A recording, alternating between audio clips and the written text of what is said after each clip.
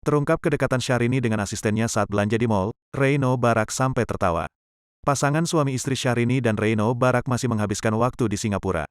Lantaran tinggal selama berbulan-bulan di Singapura, Inces sampai membawa ART-nya. Dia bernama Elin, wanita berhijab yang sudah lama mengabdi dengan keluarga Syahrini.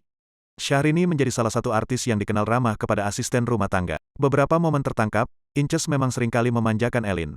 Satu yang terbaru adalah saat Syahrini dan Reino Barak mengajak Elin belanja ke mall. Terjadi percakapan antara Syahrini dan Elin di meja kasir ketika Reino Barak membayar barang belanjaan yang dibawa oleh sang ART. Terlihat Elin menggendong beberapa paper bag dan menenteng kresek berisi barang belanjaan. Hal tersebut diketahui dalam Instagram Story @princess_syahrini. Video unggahan Senin, tanggal 6 Maret tahun 2022. Lin belanja, celetuk Syahrini. Sambil mengangkat jempolnya, Elin pun mengangguk. Iya, ucapnya. Reino Barak datang sambil membawa dompetnya ke meja kasir. Shopping Lin, sambung Inces.